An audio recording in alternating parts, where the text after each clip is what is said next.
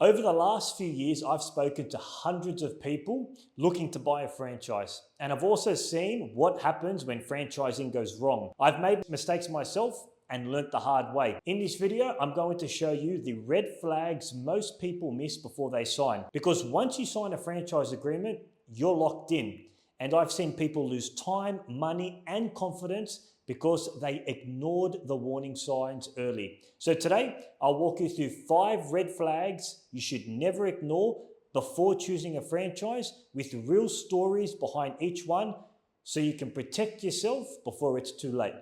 Guys, welcome back to Courtside Conversations. Boy, do I have an episode for you. Today's episode, we're going to be talking about 5 red flags that you should never ignore when purchasing or investing in a franchise. Now, the reality is I'm a franchisor. I'm in the business of selling franchises. I hop on a lot of discovery calls and I'm selling high-ticketed items, right? I know friends that are franchisors that also sell high-ticketed items. And I'm going to tell you the truth, not all of them are operating with ethics. Now, for me, I like to think I operate with ethics. I've learned a lot through selling franchises, and I go over a couple of things when I'm selling a franchise to someone, but unfortunately, a lot of franchisors don't operate with the same ethics that I do. And we're going to be talking about the 5 red flags to watch out for if you're looking at buying a franchise in the year 2026. And I'll give you a story that happened. I was speaking to a guy, his name was David, and he was looking at purchasing one of the franchisees' existing locations here in our area. And he was telling me a story how he was purchasing this franchise. He was speaking to a really nice guy. I think his name was Mike. He had a really great relationship with Mike, great rapport with Mike, couldn't wait to get started. Signed up to the franchise, and then a couple of months later, Mike resigned. Mike was no longer there, and he was his point of contact. And when Mike left, the owner of the franchise didn't replace Mike, right? So everyone came to him. And he didn't get that support anymore that he had with Mike. All of a sudden, the owner didn't have much time for him. He felt like the owner was short. He had really good rapport with Mike. Mike was always available, but the owner wasn't available. And he had all these other franchisees coming up to him. And eventually, he left that franchise. And he was quite upset because he was having a really good rapport with Michael and then came into the door, purchased a franchise, and no longer had that relationship with the founder. And it was quite an ugly exit, I should say.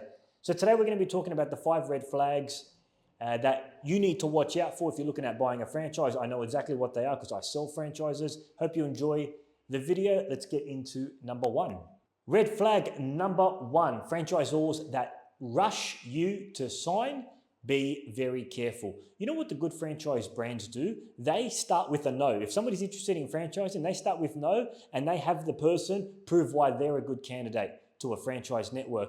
The bad franchisers, do you know what they do? They accept anybody that has 2 hands to sign and has got the money for the investment. They accept them. They don't have a recruitment process. They don't have a selection criteria. They don't got a vetting process. They literally accept anyone that shows interest and is willing to pay. And you need to be very careful if a franchise or an owner of a franchise is rushing you to sign, because the reality is, guys, owning a franchise isn't like buying a car or buying a little small purchase. You're investing a lot of money, some of them your life savings, but it's more so the time commitment, right?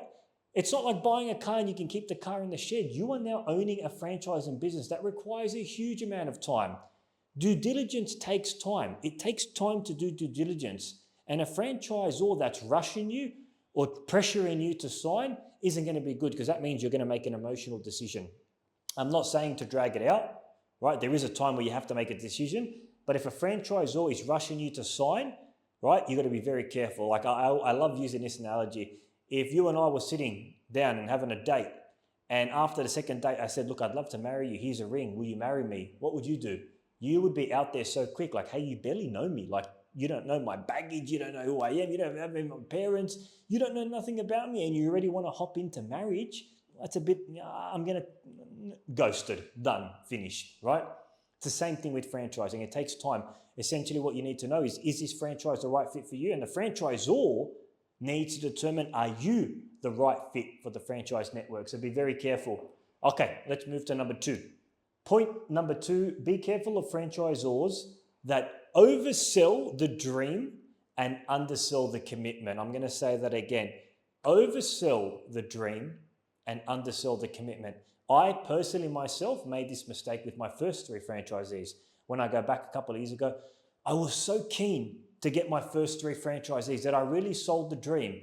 You know, I said things like, you can leave your job, it's going to grow, you're going to get enough income to support your family, right? You can be your own boss, which is great. All that stuff is great. You do need to sell the dream, but what I didn't sell enough is the commitment needed.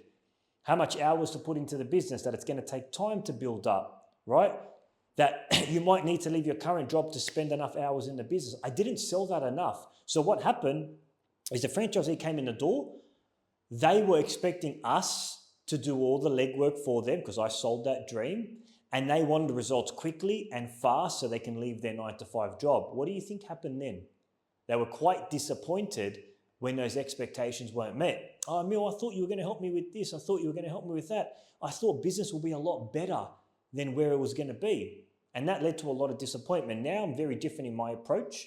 I do sell the dream because we have a lifestyle business and it does run, it's really good for families, but I definitely don't undersell the commitment, right? There is a lot of commitment when you're starting a franchise. You're pretty much building a business from scratch, but with the established systems and proof of concept. But if a franchisor is overselling the dream, but underselling the commitment, just take that as a very, very scary warning sign, because if they're selling the commitment, you know that they're being truthful and they're being honest. If they're not, bit of a warning sign there. Let's move over to the 3rd point. Hey guys, I've created a franchise success blueprint. It's a PDF that has a ton of information about our franchise. It's also got a pretty cool case study from one of our franchisees. Click the link below to access it. I hope you enjoy. Red flag number 3, weak support systems. Now, in any franchise, there should be an element of support. That's why somebody's coming into a franchise. The good franchisors have developed strong support infrastructure. If you're stuck with admin, go to Bob. If you're stuck with marketing, go to Jen. If you're stuck with this, go to so-and-so, right? I myself, over time, have developed strong support systems, an admin team, an operations manager, a marketing team to assist the franchisees, because that's why somebody comes into the network. They want support, right? The problem and what you need to be careful of is if a franchisor is promising support, we're going to offer you support for this, then you come into the franchise agreement and you don't get that support because they just wanted to move the deal across the line, you need to be very careful of that, right? And you know what I noticed? This is a real example of me. As my business started to grow, as I started to get 5, 10, 15 franchisees, I didn't up my support infrastructure. It was only me at the top, and I was happy with franchisees coming up to me, but they weren't coming up to me anymore. And I found that interesting because I would say, hey, I'm available, you can, but they weren't comfortable coming up to me as the founder, and things started to grow. And because they weren't comfortable coming up to me, you know who they did go to? They went to other franchisees and they started to have a bitch between each other, and Emile's this, Emile's that, and it started to create a little bit of a negative atmosphere, a negative vibe in the company because they weren't getting the support they needed and they didn't feel comfortable coming up to me, the founder. So I ended up employing an operations manager that's an existing franchisee, and they go to Greg for anything they need. But you need to be very careful if it's only a franchisor there. If there's no support systems, if there's no field support manager or operations manager, and it's only the founder at the top offering support, you got to understand if this is a 15, 20, 30, 40, 50 franchise network and the only person they can go to is the founder, as you can imagine, the founder's going to be quite busy assisting franchisees and also trying to grow the company, which is their job. So when you're doing that discovery phase to find out the right franchise, ask who is head office? What does head office comprise? Who is the team members in head office and what are they responsible for? And that will give you a good idea of the support infrastructure that the franchise has. Let's move on to red flag number 4. So you got to be very careful of franchise companies that aren't reinvesting anything, right? They spend $0 in reinvesting back into the business because there's a lot of franchise companies that are making a boatload of profit and are getting paid profit and a lot of money, and the owners are getting their money, right? Not that there's anything wrong with that, but what you need to understand is any great business is constantly reinvesting into new systems, reinvesting into new marketing, reinvesting into new technology. a portion of the company's profits should be going back into reinvestments to get your brand stronger and to get your systems and technology better. Like for me, I know we're heavily investing in AI right now. We've got Mia, an AI receptionist that picks up phones so that we can get back to customers quickly. That's costing us a lot of money, but it's a direction of where the world's heading. People want answers faster and quicker. So we're developing AI automation. We're also developing our systems. We're rolling out very soon in 2026 our rollover membership system, which is an automatic debiting system that debits parents periodically, because people don't want to do anything now. They want to get billed, right? Like you look at your Netflix bill. You don't go online and pay for your Netflix bill. They take the money out of your account every single month. We live in a world where there needs to be less steps. People don't want to do anything. They just want the money taken out. Don't worry about it, right? So that's where we're heading. And we've been investing a lot into that system. So it's costing us thousands of dollars. But a good business and a good franchise doesn't just take all the profits. They reinvest a portion of that. And if you want to find out, like if a company is reinvested in the profits, just ask the owner or the founder, or whoever you're speaking to, what's in the pipeline next year? Like, do you guys have any exciting projects, any systems coming up? What's the last 6 months been? Have you rolled out any new initiatives into the network? And if they buckle or say, look, we're looking, I don't know, that might be a warning sign for you. Let's move in to point number 5, the last point. Red flag number 5 is new fees introduced but no consent. And this is a big one in franchising. I hear it all the time. Franchisees very unhappy because a new fee has been introduced into the network without the franchisee's consent. And you need to be very careful with this, because I have heard of franchisees going bankrupt, selling their houses for the franchise, and then they have to sell their franchise because they're just getting slammed with fees that eats into their profit margins. For us, we try to keep our fees very low. But if we introduce a new fee to the network, I give my franchisees a minimum notice of 3 months, and I put it on a professional letterhead so they know the new fee coming into action. And we only introduce new fees if it's necessary. If it's necessary. But you need to really be careful, and a massive red flag is if a franchisee introduces new fees without consent. Now, it's going to be hard for you before coming into a franchise to see if this is happening, but you can easily do that by calling up franchisees, right?